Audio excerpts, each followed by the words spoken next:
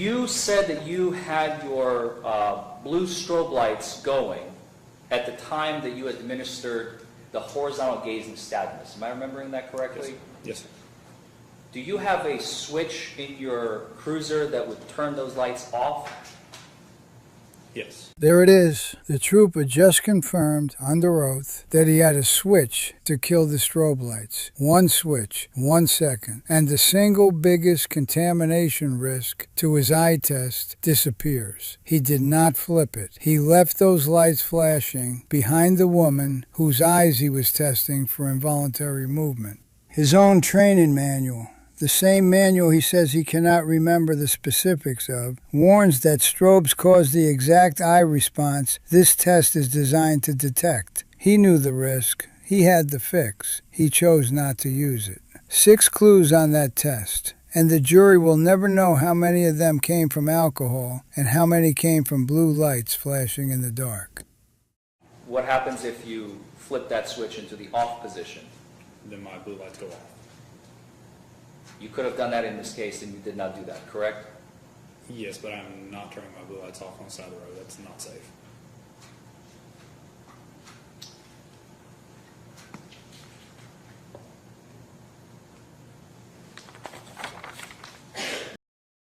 The strobe lights were still flashing.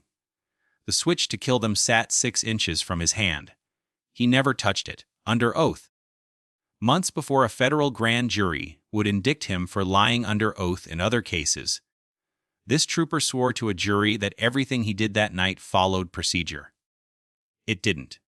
By the end of this video, you'll understand exactly how a single unflipped switch can unravel a DUI conviction, and why the officer who administered this test would later plead guilty to perjury in federal court. On November 7, 2020, in Hardin County, Kentucky, Chassidy Brock was pulled over on a rural road by Trooper James Cameron, right of the Kentucky State Police. She was charged with DUI, first offense in Hardin County District Court. Her attorney, Larry Foreman, took the case to a jury trial before Judge Natalie White. Wright testified as the state's key witness. Before that night, Chassidy Brock was an ordinary woman driving home with her dog in the back seat. A DUI charge doesn't stay contained to a courtroom. It follows a person into job applications, insurance premiums, and every future encounter with law enforcement. Defending a first offense DUI in Kentucky routinely costs a defendant several $1,000s in attorney's fees and consumes months of court dates before a single verdict is reached. Months most people spend working full-time jobs around every hearing. Could you please state your name? Trooper James Cameron Wright. And where are you employed? Kentucky State Police, Post 4, Elizabethtown. Okay. What's your job there? Road unit, trooper, work the road basically. How long have you been in law enforcement? 4 years. Has all of that been with the state police? Yes. Okay. Talk to me a little bit. Well, tell me first, where are you from? I'm from Elizabethtown. Okay. Born and raised. Okay. Tell me a little bit about what does it take to become a police officer? Well, you got to meet certain qualifications. I know for us, you've got to complete a 6-month academy, pass background checks, polygraph test, physical fitness test, and an entry written exam. Wright testified that he pulled Brock over, immediately smelled alcohol, and noticed slurred speech. She initially denied drinking, then admitted to 1 drink. She lacked current proof of insurance. She wasn't wearing a seatbelt. Wright testified that her driving was so erratic that oncoming traffic had to stop in the middle of the road to avoid her. Language that elevates a routine stop into something resembling a near collision. He administered standardized field sobriety tests, scoring her 7 out of 8 clues on the walk and turn. Be honest with me, okay, ma'am? Yes, sir. I'm going to ask you one more time. How much have you had to drink tonight? I had a drink on the way down here. Okay. Let me ask you another question. Yes, sir. Do you have any type of speech impediments? Anything No, like that? no, Okay. sir, I don't. You're slurring the words very badly. Okay. Is it just 1 drink? Yes, sir. Okay. Judging off your slurred speech, you're... Okay. Well, nervous, you didn't know anything about me while you were driving, and you're driving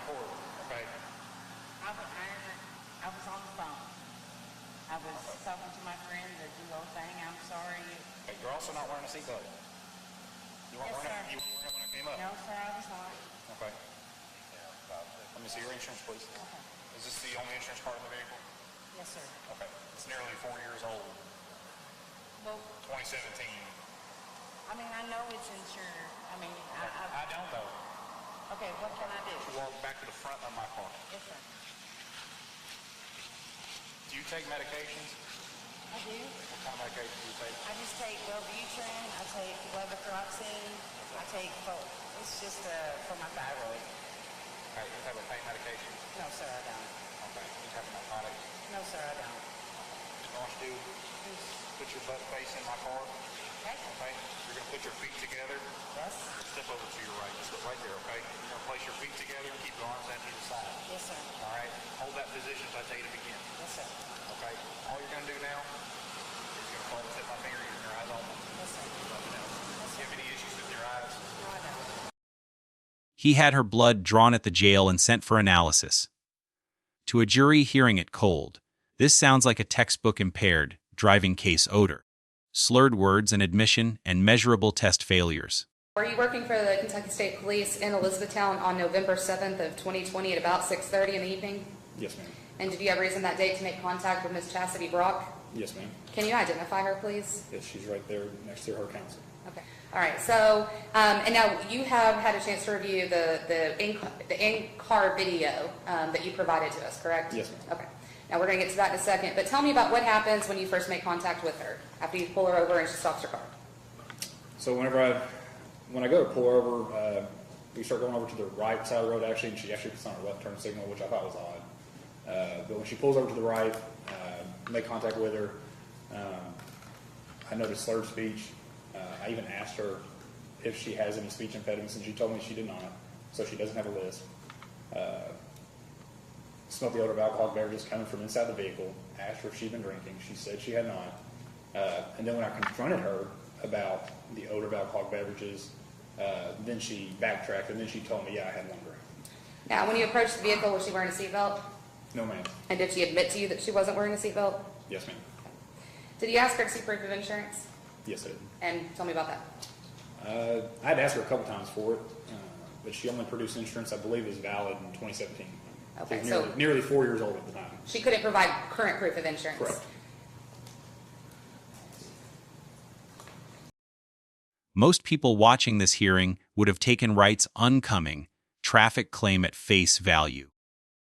It sounds like the kind of detail an officer wouldn't invent. Nobody in that courtroom yet knew there was a dash camera running the entire time.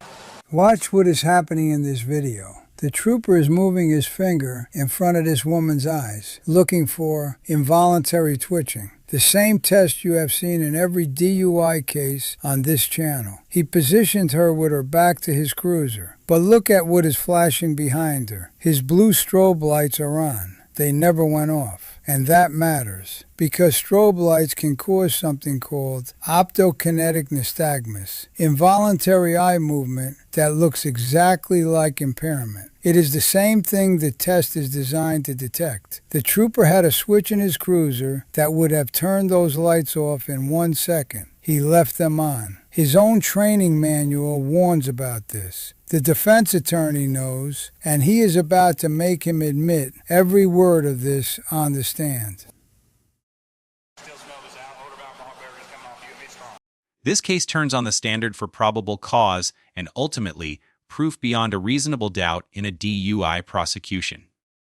Kentucky, like most states, allows officers to base an arrest on the totality of the circumstances: odor, speech, admissions, and standardized test performance.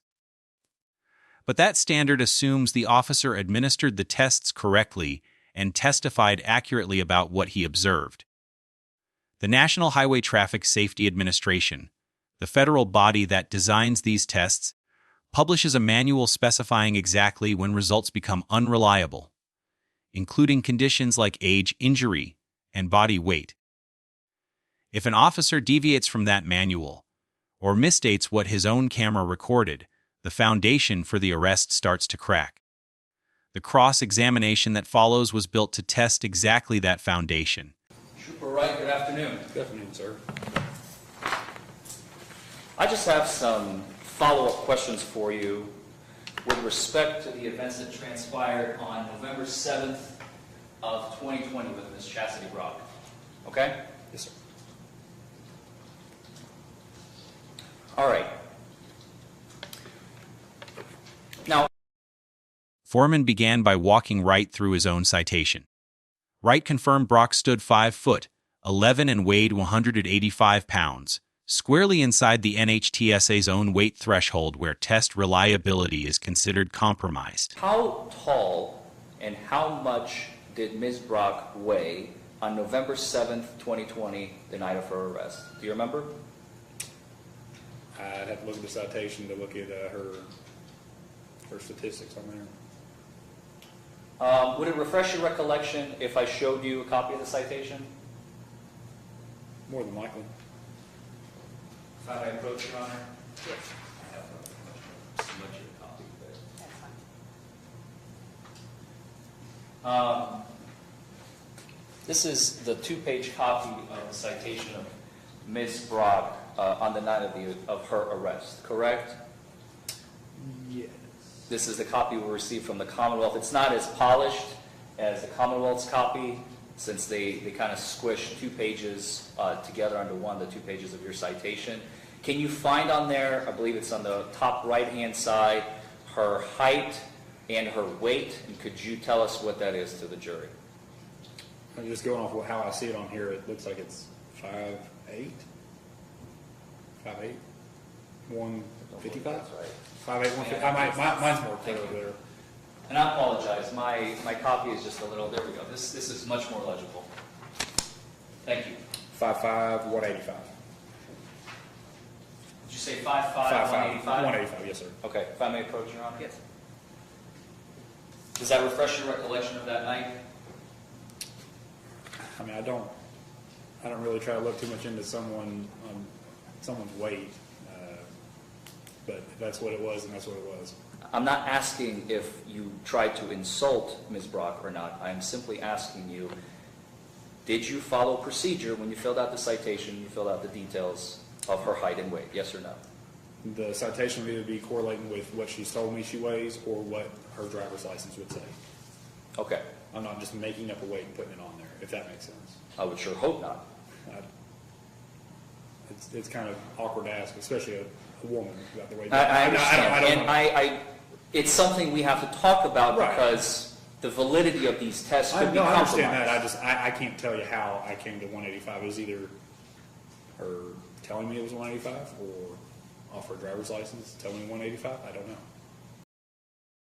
Asked what his training manual said about that threshold, Wright answered that he remembered something about weight, but couldn't recall the specifics. There was a lot of discussion during your direct examination about standardized field sobriety testing, right? Yes. And you talked about how important it is to follow the training promulgated by what we like to call in the profession NHTSA, but it actually stands for, it's the NHTSA, the National Highway Traffic and Safety Administration, right? Yes, sir. There's a book, a very, very thick one of all the, you remember that book? I do, yes. You had to go through that book and then another book when you went through ARIDE, the Advanced Roadside Impairment Detection Enforcement, right? Correct. So you kind of revisit that training, right? Before you take ARIDE, you have to make sure that you know the standardized field sobriety testing back and forth, like the back of your hand, right? It's like a refresher, yeah. But they won't let you into ARIDE unless you can show your medal with the standardized field sobriety testing, would they? I think that's right, yeah. At the very beginning. Does that ring a bell? I think that rings a bell, yeah. It's like I said, it's been 3 or 4 years since I've taken the course, so. No, that's fair. I just want to clarify for the ladies and gentlemen Yeah, of the jury. there's like an entry thing to it that you have to be at a certain standard, I would say, what they call it. Okay. And one of the things that the National Highway Traffic and Safety Administration manual promulgates, as they have it written down on how you are trained, certain individuals should not be administered standardized field sobriety testing. Is that correct? What do you mean by certain individuals? Like, people over the age of 65, for example, correct? I believe the manual says that the results are skewed a little bit if they're over 65. Doesn't mean you cannot put them through field sobriety, but they're not, I would say they're as reliable. So the results could be compromised, I believe is what the manual says. Does that ring a bell? I don't know the exact word, but I know that they're not as concrete, I would say, as if 20, 30-year-old person. Not as reliable, using a word that you Yeah, said. that'd be. I believe the language in the manual, and please correct me if I'm wrong, I read it a while back. There's a section that says, if the standardized field sobriety tests are not performed in accordance with the standards in this manual, the results of the tests may be compromised. Does that ring a bell? If you're telling me that's what it says, then I'll take your word for it. I can't correct you because I don't know the exact Okay, language. all right, fair enough. But we both agree that it's, if not that language, the reliability is put into question of the results of the tests, That's of fair. course, right? That's fair. And one of this group of individuals that should not be administered these tests because the results may be compromised is anybody that is 50 or more pounds overweight. Do you remember that? I remember there is something in there about weight. Yeah. I just don't know those specifics on the. He does not know the specifics. That is what this trooper just said about his own training manual. Foreman didn't let it go. He noted Brock told Wright on camera that she had what she called squishy legs. Her thighs touched when she walked. Before the walk and turn even began, Wright heard it. He never adjusted his scoring. That governs every sobriety test he gives, every arrest he makes, every time he stands in a courtroom and asks a jury to trust his judgment. The manual says, in writing, do not use these tests on anyone 50 or more pounds overweight. The results may be compromised. Chassidy Brock is 5'1", 185 pounds. She falls into that category. And before the walk and turn even started, she told the trooper on camera that she has what she called squishy legs. Her thighs touch when she walks. He heard her. He did not stop. He did not note it. He scored her 7 out of 8. And when the defense attorney asked him about the manual's warning, his answer was, I remember there was something about weight. I just do not know the specifics. This is the man asking a jury to convict based on his training, and he cannot tell them what his training says. Foreman then turned to the eye test. Wright confirmed his cruiser's strobe lights were flashing throughout the exam, and confirmed under oath that a switch existed to turn them off. He didn't use it. Foreman established that flashing lights can trigger involuntary eye movement, nearly identical to what the test is designed to measure. 6 clues were scored on that test. Nobody in that courtroom could say how many came from alcohol and how many came from the lights themselves. Then Foreman moved to the traffic claim. He asked Wright directly where the oncoming traffic incident appeared on the dash camera. Wright answered that he didn't know if the video had captured it. Foreman asked again. Wright conceded the camera did not capture it. The dash cam had been rolling the entire time. The camera was right there. It saw nothing. Let's back up a little bit. So, you testified today that at some point, and I don't want to be putting words in your mouth, so I'm going to refer to your citation. And please stop me if at any point I'm incorrect.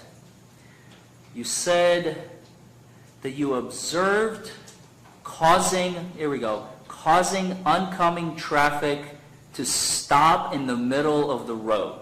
Yes. Where was that on video? I don't know if the video captured it or not, but the traffic that was coming initially after I pulled out on her was the traffic that had to slow down to a stop. So your video camera did not capture that incident, correct? I guess correct, yeah. This trooper told the jury that Chassidy Brock's driving was so dangerous that oncoming traffic had to stop in the middle of the road to avoid her. That is one of the most serious things an officer can say about a driver. It turns a weaving violation into a near miss. It makes a DUI sound like someone almost died. And the defense attorney just asked him one question. Where is it on the video? The trooper's own dash camera was rolling from the moment he pulled onto that road. It captured the weaving. It captured the rumble strips. It captured the stop. But the one moment that makes Chassidy Brock sound the most dangerous, the moment other drivers had to slam their brakes to avoid her, is nowhere on it. In practical terms, that concession does real damage. A prosecution's DUI case often rests on the officer's credibility as much as on physical evidence.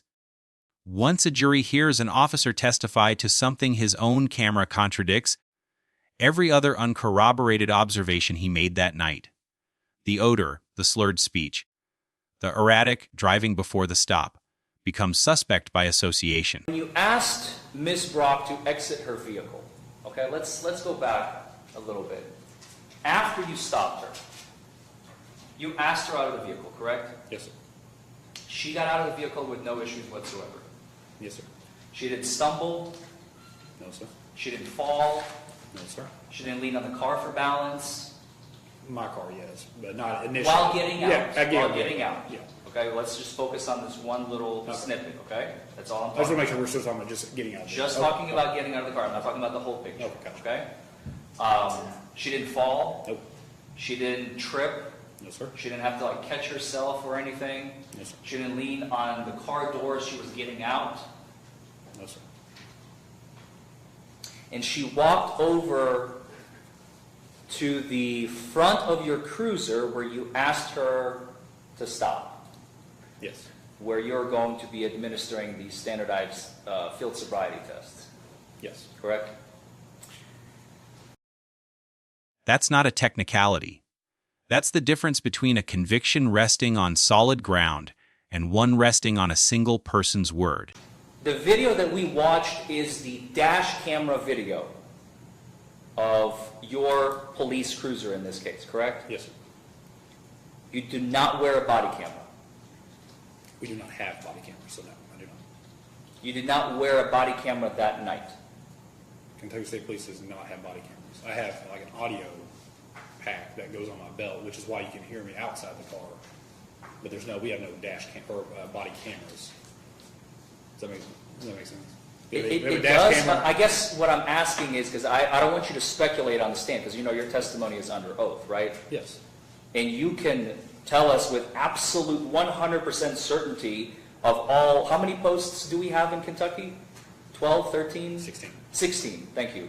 16 posts. How many troopers is that? Do you know? Pretty understaffed. I would say around 700, 800 maybe. 700, 800 active Kentucky State Police troopers. At the moment, yeah. At the moment. I'd say about around 700. Well, road units, maybe less. What about in November of 2020, since I want to talk about the date of the incident? Objection to relevancy. A properly conducted stop would have looked different from the start. The moment Wright learned Brock's weight fell within the NHTSA's compromised reliability range, a properly trained officer would have documented that limitation in his report rather than scoring the test as fully reliable. Before trial, a competent prosecutor has an obligation under Brady v. Maryland to review an officer's disciplinary and credibility history before calling him as the state's key witness. A step made more urgent by the totality of the circumstances. Standard this case depended on. So you don't remember? I don't recall, no. You don't recall whether or not you were present when Ms. Brock's blood was taken? Correct. Did you bring the blood kit to the jail nurse? Yes. Or did she have a kit of her own? No, we supply the blood kits. I keep them in the trunk, and that's just where I get them from my trunk, and I take them inside. And there are portions on this blood kit, since it's being used for official government purposes, right? And there are certain lines that you fill out. Does this look familiar, officer? Or, excuse me, Trooper Wright? Can I move over there? Yeah, please, if you would, come on so you can read it. Can you all see this? I know it's a little small. Yes. Does that, do you recognize, is this your handwriting? This is your handwriting on the left in the black pen. Scroll down a little bit. I wanted to ascertain the top of it because it doesn't all fit on one screen. So you see where it says date blood was drawn. We have the date of the incident at the top, right, November 7th of 2020 at 6:33. The county is Hardin. Again, we have the investigating officer, department, which is Kentucky State Police, the facility where it was drawn, HCDC, what does that stand for? Hardin County Detention Center. The jail. Yes. Drawn by Courtney. Yes. Case, or this is the citation number for this particular citation that you drafted in this case, right? You did not write that, so I'm not going to ask you a question about it. We got some information redacted here for privacy purposes. And then you have to check the appropriate blocks, right? Yes, sir. What are you testing for? Alcohol and drug screens specified, Yes. right? And then we have something called a chain of possession, Yes. and that is completely blank. Yes. The defense attorney just put the blood kit on the screen for the jury. This is the official government document, the one that is supposed to track every hand that touches the evidence from the moment it leaves a person's vein to the moment it reaches the lab. Who drew it, who held it, who sealed it, who transported it. Chain of possession. It is the backbone of every blood test in every courtroom in this country. And on this form for this case, that section is completely blank. No names, no signatures, no timestamps, nothing. And the trooper who sealed the kit and dropped it in a mailbox just told this court he cannot say with 100% certainty whether he was even in the room when the blood was drawn. This is the evidence the Commonwealth is asking 12 people to convict on. A blood result with no chain of custody, taken by a nurse no one can confirm was supervised, sealed by a trooper who does not remember being there. And a properly prepared witness reviews his own dash camera footage against his written citation before testifying, so he isn't contradicted in front of a jury. None of that happened here. Instead, an ordinary woman spent months and thousands of dollars defending herself against testimony that didn't match the government's own video. As for accountability, the answer is unsatisfying. Wright faced no discipline over this specific testimony. He was only prosecuted after separate federal charges for excessive force and for perjury in unrelated matters, caught up with him years later. The cross-examination targeted the lawfulness of the stop and the reliability of the sobriety testing that followed. The specific elements the prosecution needed a jury to trust beyond a reasonable doubt. Kentucky law permits field sobriety evidence, but only when administered according to NHTSA protocol. Deviations go to the weight and credibility of that evidence, not merely a technical footnote. That distinction matters most at trial, where a jury weighs credibility directly, more than at a probable, cause hearing, where a lower threshold applies. Most people assume that once an officer says he smelled alcohol and a driver admits to one drink, a DUI conviction is close to automatic. It isn't. The state still has to prove impairment beyond a reasonable doubt, and testimony a jury doesn't believe cannot carry that burden alone, however confident it sounds from the stand.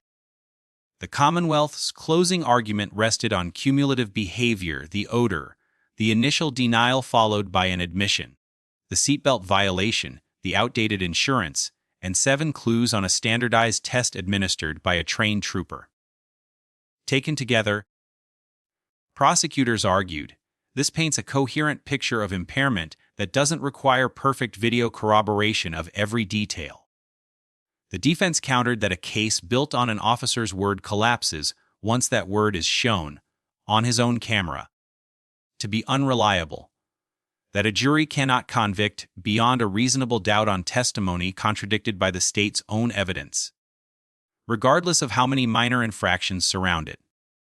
The unresolved question for the jury: does an officer's demonstrated inaccuracy on one material fact taint the credibility of everything else he said, or can a jury still credit the parts of his testimony the video does support. The jury acquitted Chassidy Brock. That verdict reflects the presumption of innocence and the reasonable doubt standard operating exactly as designed. American criminal law does not ask jurors whether a defendant probably did something. It asks whether the state proved it to a near certainty. And it assigns the entire burden of proof to the government, not the accused. When an officer's sworn account is directly contradicted by his own recording, that gap alone can create reasonable doubt, regardless of how many other details support the state's theory. This is the same principle at the heart of Brady v. Maryland, that a prosecution's case must be built on evidence the government can actually stand behind, not on testimony that crumbles under scrutiny. An officer's testimony is not evidence by default. It is a claim that has to survive contact with the record. Every driver who has ever been pulled over is, in that moment, trusting that the person writing the report is being accurate. This case is a reminder that accuracy isn't guaranteed just because someone is wearing a badge. Next time, we're breaking down a case where a prosecutor withheld evidence a jury never should have been denied.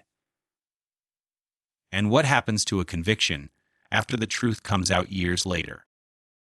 Was what happened in this courtroom the result of one trooper's individual dishonesty, or is it evidence of a system that puts officers on the stand without ever verifying their testimony against their own camera footage first? And if it's the latter, what would actually stop it from happening again?